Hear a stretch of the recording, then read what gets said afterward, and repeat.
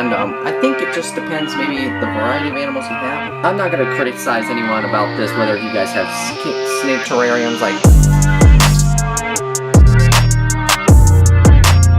Hey, good morning everybody. Welcome back to the vlog, and I hope you guys are having a great start to your weekend.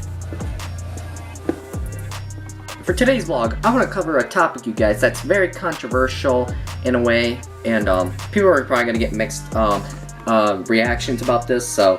And people, listen, I'm not going to criticize anyone about this, whether you guys have snake terrariums like me, you know, I'm going to cover a topic, you guys, like I said, about snake cages here, for example, versus snake racks. That's what I'm going to cover in today's vlog.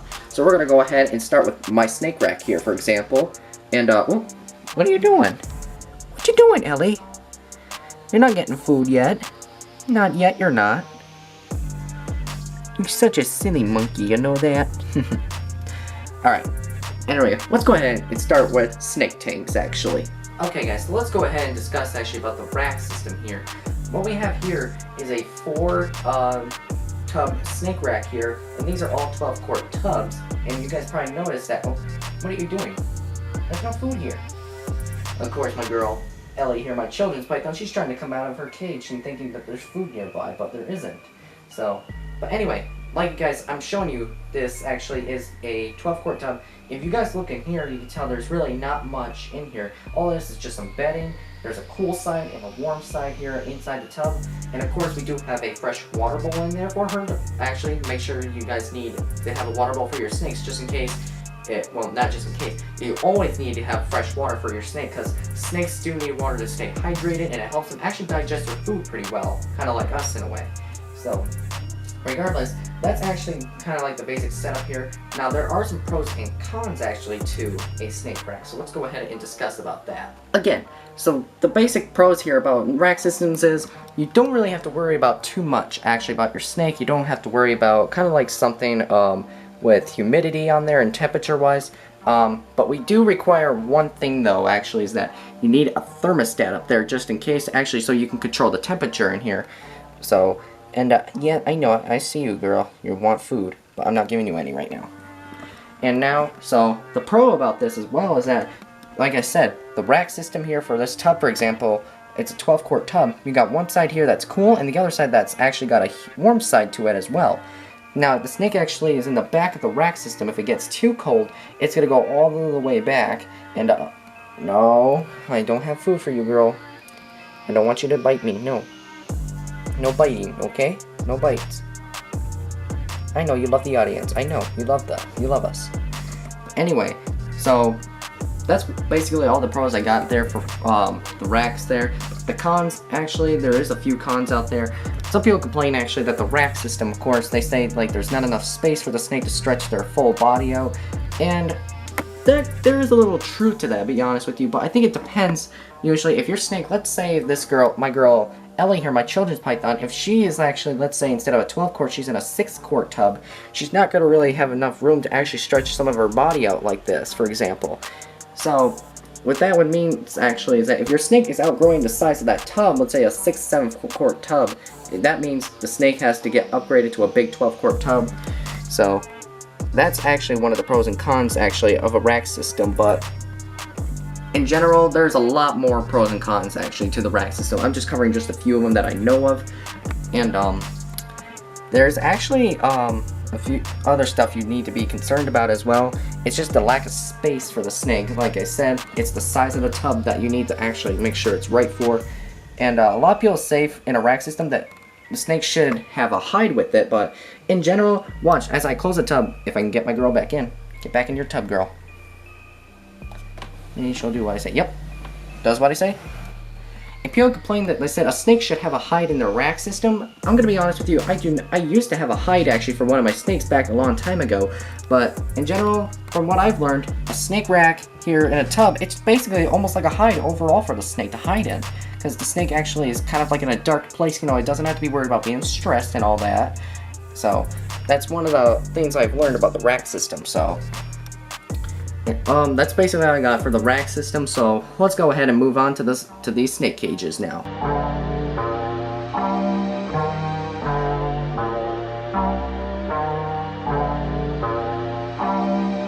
Okay, so now on to terrariums here, you guys. We're gonna start with my girl Lucy's cage here. It's an Exoterra, I forgot what it was, maybe a 12 by 12 by 18 cage, because it's instead of like those horizontal ones, like my boy Tyson and Ariel's cage over there, for example, there's our horizontal cages. Lucy's is a vertical cage, so, and this one's kind of like for climbing in a way, instead of like just relaxing low, high, like low cages in a way. So, we're gonna go ahead and start with the basic setup here. The thing is about terrariums, some people say that they're preferred to be better, is because terrariums technically have a history, I guess, of giving the animal more space actually to roam around in and allowing to stretch their body out more. But there is a little bit of a con there as well with cages. Some people say if you put an animal in a cage that's way too big for it and there's too much space in it, that can actually cause the animal to stress out. Now that is technically true, believe it or not. But with the cage like this for my girl Lucy right there, you guys can see, and she's sitting right there. There you are, girl. So, with Lucy's cage here, she's definitely got some room to move around in. She's not really that stressed at all in this cage, so it's just perfect for her size. Probably she's going to be in here for another year, probably. But then we'll move her up probably into my rack system here, where it's a bit more room for her to actually have. I know it's not going to be as much as compared to this terrarium here, or some people think you're going to probably be asking me to move her into this cage here, but unfortunately, Tyson is an albino checker garter snake, and of course he is a male, so and if I wanted to cohab the snakes, actually the two together, they would have to be the same sex, unfortunately. But the problem is that they are not the same sex, and they're two different species, so I don't want to accidentally hybridize, crossbreed them by mistake, and have some hybrid babies or possibly some infertile slugs with them as well, or stillborns. So definitely not the recommendation there, but I mean, there are some people out there that do hybridize garter snakes, like Emily from Snake Discovery. She did that earlier this year with her girl Prius, who is already been a hybrid between a plains and a ribbon snake. So, and she bred that girl Prius earlier this year to a male albino checkered garter snake.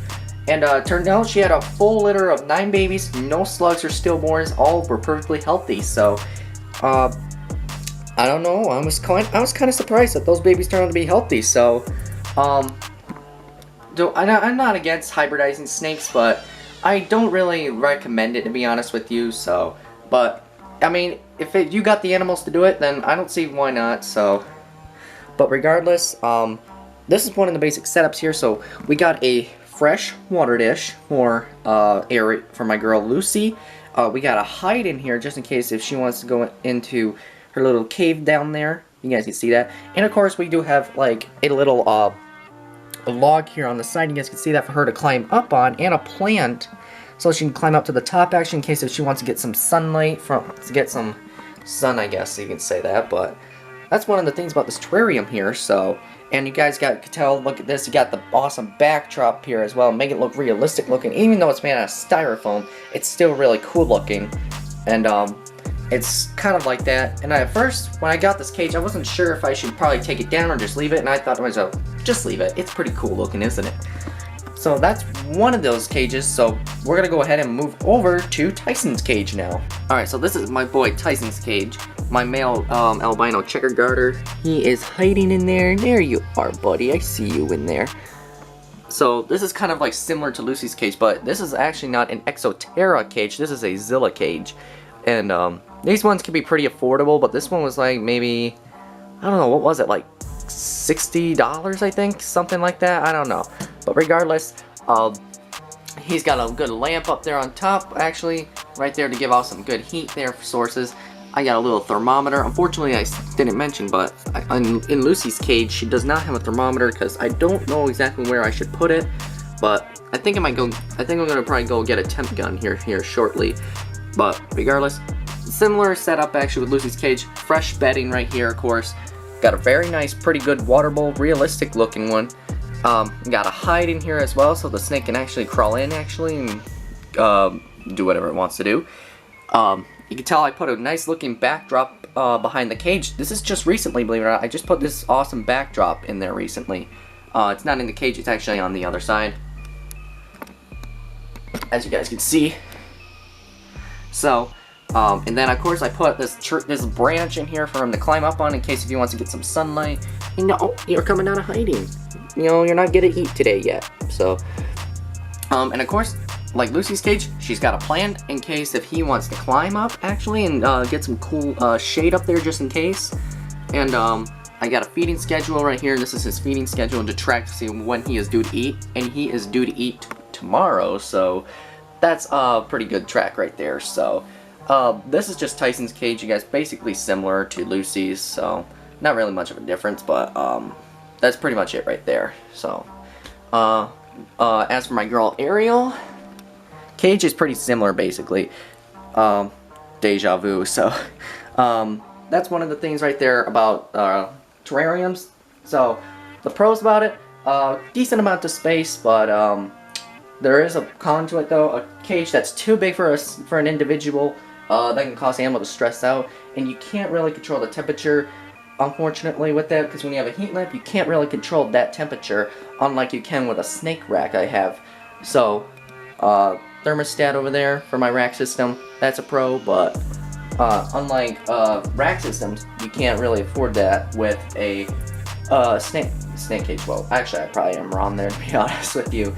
So, but regardless, that's one of the things about the snake cages there. So between the actually rack system and versus the snake cages here, you guys, it's been a huge controversial subject that's been going on for years and years. And I think it just depends maybe the variety of animals you have. But I definitely do recommend one more thing about snake racks. If you have a decent amount of snakes but you don't want to afford cages, because cages can be pretty expensive, if you have, let's say, about half a dozen snakes or so, like me, I got 4 of them, I can actually place each individual into one tub at a time. So I can just afford actually using up some more, I can save space in my room here. So you can tell I do have a pretty small bedroom. It is very crammed in here, especially when I get these cages. So, but regardless, that's I guess all I got to say about that controversial subject. Hit me up in the comments, you guys, if you want me to cover another controversial subject as well. So now we gotta go ahead and start feeding a couple of my animals.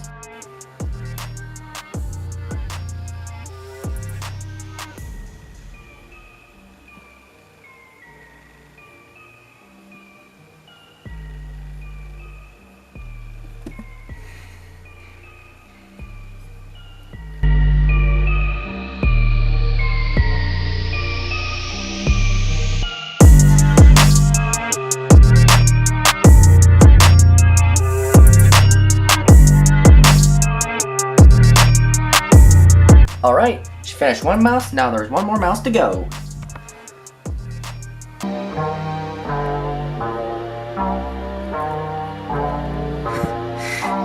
That's funny. She didn't even bother to constrict it. That's kind of goofy, so... Oh, you're actually pretty... You got a soft spot for me. You know that, Ellie?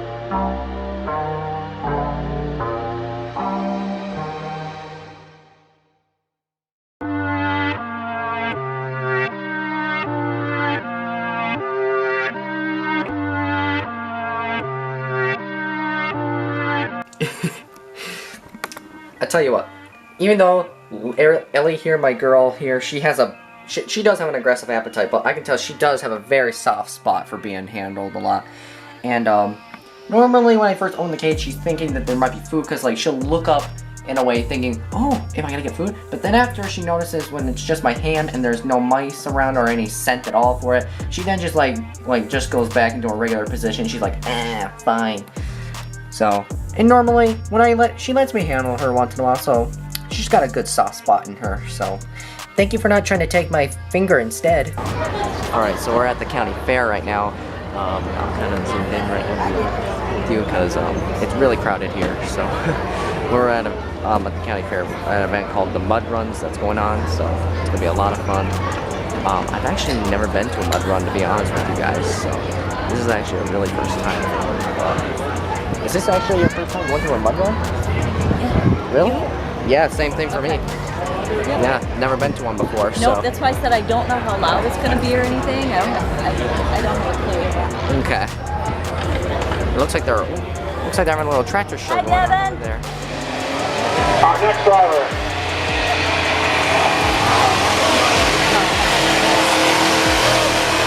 Brianna Leatherman with a time of 9282. 928.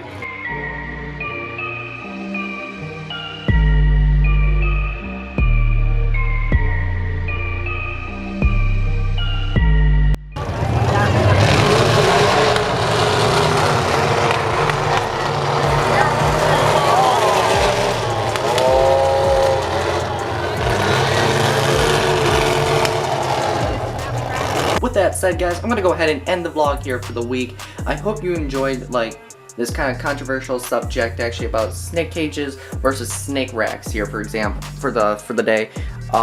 Hit me up in the comments below, like I mentioned before, on what other controversial subjects I should cover on my vlog channel here, because who knows, there's a whole bunch of them out there. But listen, I am not against anybody that has either rack systems or terrariums for anyone for that out there that has one.